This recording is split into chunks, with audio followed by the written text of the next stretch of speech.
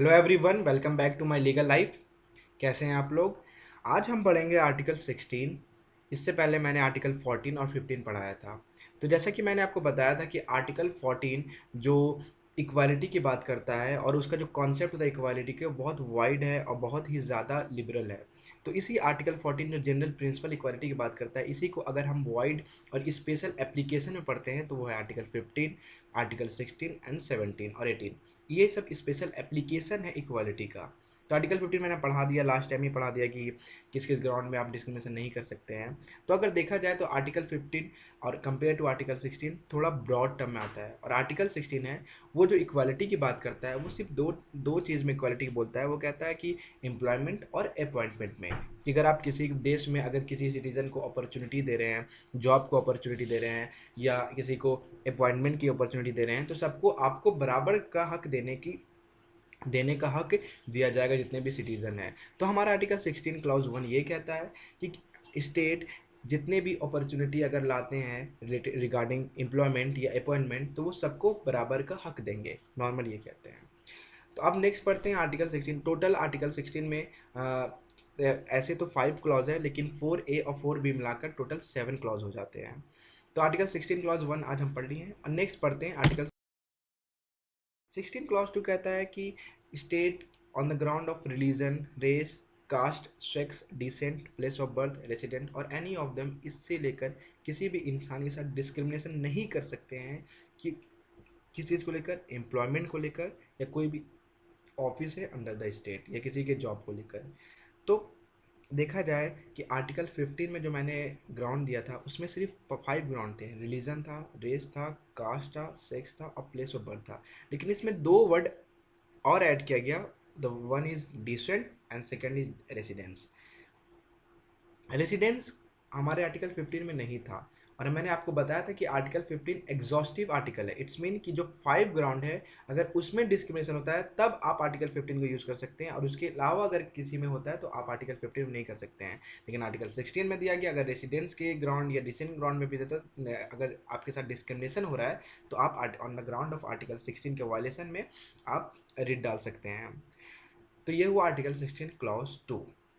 अब पढ़ते हैं article 16 clause 3। Article 16 clause 3 exception है article clause 1, 16 clause 1 and 16 clause 2 को लेकर। क्यों एक्सेप्शन है? हम अभी पढ़ें कि 16 क्लॉज 1 एंड 2 बात करता है इक्वालिटी ऑफ अपॉर्चुनिटी को। सब जितने भी लोग हैं इंडिया में, जितने भी सिटीजन रहते हैं, उनको जो अपॉर्चुनिटी मिलना चाहिए जॉब को लेकर, एम्प्लॉयमेंट मिलना चाहिए जॉब को लेकर, वो सबको बराबर मिलना चाहिए। चाहे वो हिंदू हो, चाहे मुस्लिम हो, चाहे वो किसी भी काला हो, गोरा हो, या किसी भी देश से, किसी भी शहर से बिलोंग करता, उसे सबको बराबर हक मिलना चाहिए। लेकिन आर्टिकल 16 क्लॉज 3 थोड़ा स्पेशल है। क्यों स्पेशल है, क्यों एक्सेप्शन है? क्योंकि ये देता है कि पार्लियामेंट को पावर देता है कि अगर पार्लियामेंट को लगता है कि किसी स्टेट या किसी यूटी को on the ground of residence ज़रूरी है उसे कुछ अपलिफ्टमेंट के लिए स्पेशल प्रिस्क्राइब करना उसके एम्प्लॉयमेंट के लिए, तो उन्हें वो स्पेशल प्रोविज़न दे सकते हैं। हम एग्जांपल से समझते हैं कि अगर पार्लियामेंट को लगता है कि झारखंड के कुछ लोगों को एम्प्लॉयमेंट देने के लिए हमको ऑन ग्राउंड ऑफ रेसिडेंस उनको रिजर्वेशन या उनको स्पेशल प्रोविज़न देना पड़ेगा, तो वो क्या कर सकते हैं? वो ये कर सकते हैं कि अगर कोई वैकेंसी निकाले झारखंड में और उस वैकेंसी में ये बताए कि 30% वैकेंसी ऑन झारखंड के residents on ground of resident के लिए रिजर्वेशन है, तो ये आता है आर्टिकल 16 क्लॉज 3 में, कि ग्राउंड ऑफ रेसिडेंस किसी को हम रिजर्वेशन दे रहे हैं या किसी को स्पेशल प्रोविज़न दे रहे हैं। इसका एक एग्जांपल और लेते हैं, बहुत इजीली समझते हैं। अब बहुत बार क्या होता है, आप गौर करते होंगे कि बीपीएससी का एग्ज़ाम होता है या किसी झारखंड पब्लिक सर्विस कमीशन, किसी भी स्टेट पब्लिक सर्विस एग्ज़ाम होता है, तो उसमें आप अगर देखते एप्लीकेशन फॉर्म भरते होंगे तो उसमें लिखते होंगे जो लोकल हैं, जैसे जो झारखंड से बिलोंग करते हैं, उसके लिए जेपीएससी में फॉर्म का रेट होता है 200। लेकिन वही किसी अदर स्टेट के बिलोंग अगर कोई एग्ज़ाम देते हैं तो उसका रेट डायरेक्ट हो जाता है 400 या 500। तो ये ऑन ग्राउंड ऑफ रेसिडेंट्स उनको कम इसलिए दिया गया ताकि उस स्टेट के लोग अपलिफ्ट हो। ये कहता है आर्टिकल 16 क्लॉज 3। उसके बाद पढ़ते हैं article 16 clause 4, the most important clause in article 16, क्योंकि यही वो क्लॉज है जो रिजर्वेशन की बात करता है, यही वो जो क्लॉज है जो कॉन्ट्रोवर्शियल रिजर्वेशन की बात करता है, यही वो जो क्लॉज है जो मंडल कमीशन की बात करता है। मंडल कमीशन इसी क्लॉज से आया था। तो आर्टिकल 16(4) क्या कहता है? ये कहता है कि स्टेट के पास पावर है कि वो on ground of backward classes of citizen जो सोशली एजुकेशनली हो उसको रिजर्वेशन दे सकते हैं। और दूसरा, जो क्लास होंगे वो स्टेट के सर्विस रिप्रेजेंटेटिव में वो नॉट एडुकेट हो, मतलब स्टेट उनको ज़्यादा इंटरटेन नहीं किए होंगे सर्विस को लेकर। तो रिजर्वेशन में कौन इंपॉर्टेंट क्लॉज है? द फर्स्ट क्लॉज जो सिटीजन होना चाहिए वो बैकवर्ड क्लासेस होना चाहिए। तो किस तरह बैकवर्ड क्लासेस कहलाएंगे? सोशली एजुकेशनली, याद रखिएगा, सोशली एजुकेशनली, नॉट इकोनॉमिकली। और दूसरा बात करता है कि the said classes is not adequately represented in service of the state, मतलब जो स्टेट के जो वहाँ के सिटीजन हो, जो बैकवर्ड क्लासेस हैं, वो स्टेट के द्वारा ज़्यादा इंटरटेन नहीं किए गए होंगे। और इसमें याद रखिएगा कि जो दूसरा है, the said class is not adequately represented in service of the state, तो ये सोल क्राइटेरिया नहीं हो सकते हैं। इन दोनों को देखा जाएगा कि है या नहीं। इसी में एक केस आता है state of Kerala versus NM Thomas. State of Kerala में एनएम थॉमस में ये बोला गया था कि जो आर्टिकल 16(1) है जो बात करता है इक्वालिटी ऑफ अपॉर्चुनिटी का, तो ये बहुत छोटा कन्फाइंड आर्टिकल नहीं है, ये थोड़ा लिबरल और थोड़ा ब्रॉड है। क्योंकि जिस तरह आर्टिकल 14 बात करता है कि equality of before law equal protection of law, लेकिन वो साथ में ये भी बात करता है कि अगर रीजनेबल क्लासिफिकेशन है तो हम किसी को स्पेशल प्रोविज़न दे सकते हैं, जैसे वुमेन को हम स्पेशल प्रोविज़न दे सकते हैं। उसी तरह आर्टिकल 16 क्लॉज 4 भी एक तरह से रीजनेबल क्लासिफिकेशन का बात करता है कि अगर कोई गरीब है या कोई बैकवर्ड क्लासेस है तो उसको अपलिफ्ट करने के लिए हम उसे रिजर्वेशन दे सकते हैं।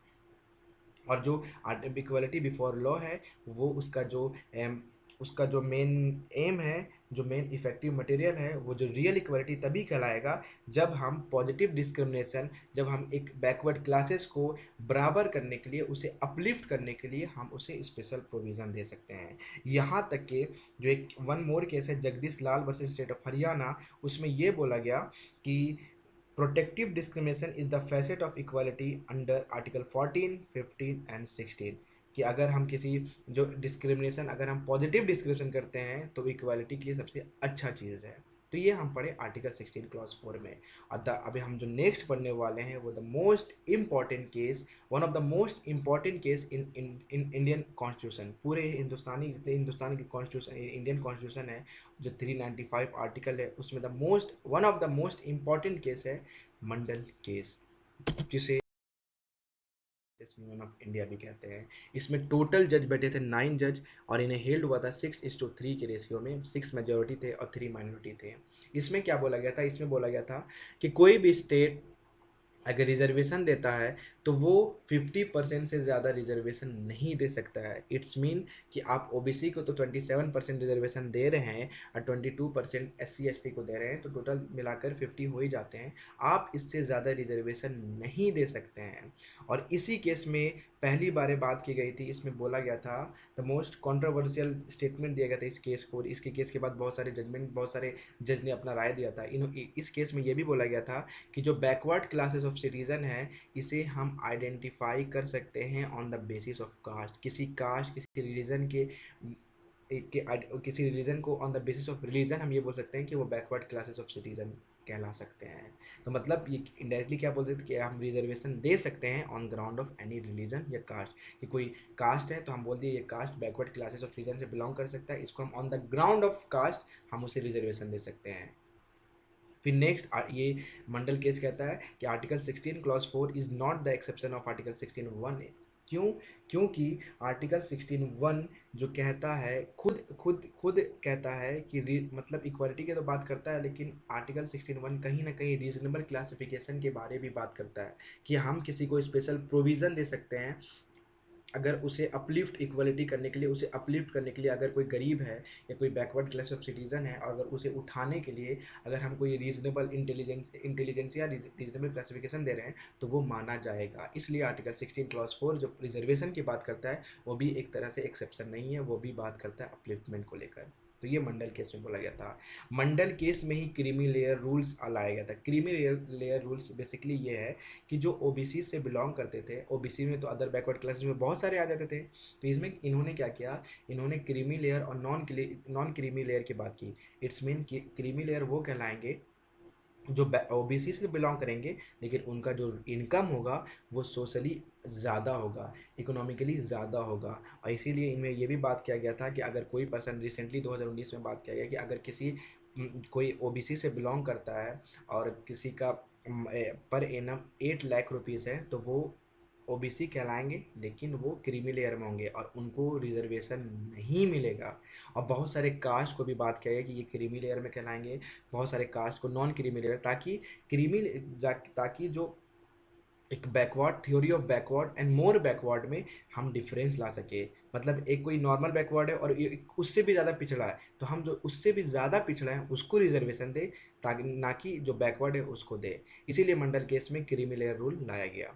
फिर द मोस्ट एक और इम्पॉर्टेंट से स्टेटमेंट या एक जजमेंट कहा गया इस मंडल केस में कि इन्होंने बात कर दिया रिजर्वेशन इन प्रमोशन नहीं देने के लिए, कि रिजर्वेशन हम प्रमोशन में नहीं दे सकते हैं, हम रिजर्वेशन सिर्फ उसके एम्प्लॉयमेंट और अपॉइंटमेंट में देंगे, प्रमोशन में नहीं। जो आगे जाकर 77th अमेंडमेंट के बाद इसे ख़त्म कर दिया गया और उसमें बोला गया आर्टिकल 16 क्लॉज 4A ऐड करके ये बोला गया कि हम प्रमोशन में भी रिजर्वेशन दे सकते हैं, जो हम नेक्स्ट वीडियो में पढ़ेंगे article 16 clause 4A 4B part 2 में। यहाँ तक के लिए थैंक यू सो मच। अगर आपको मेरा वीडियो पसंद आया, कि अगर आपको कोई सजेशन देना है तो आप मुझे कमेंट कर सकते हैं। अगर आपको मेरे वीडियोस में कुछ भी कमेंट करना है तो आप मुझे झिझक क्रिटिसाइज़ करिए, और प्लीज़ शेयर, सब्सक्राइब, लाइक, क्योंकि ये मुझे ताकत देगा आगे जाकर और वीडियो बनाने के लिए। Thank you so much. And one more thing, bell icon को हिट करना ना भूलें।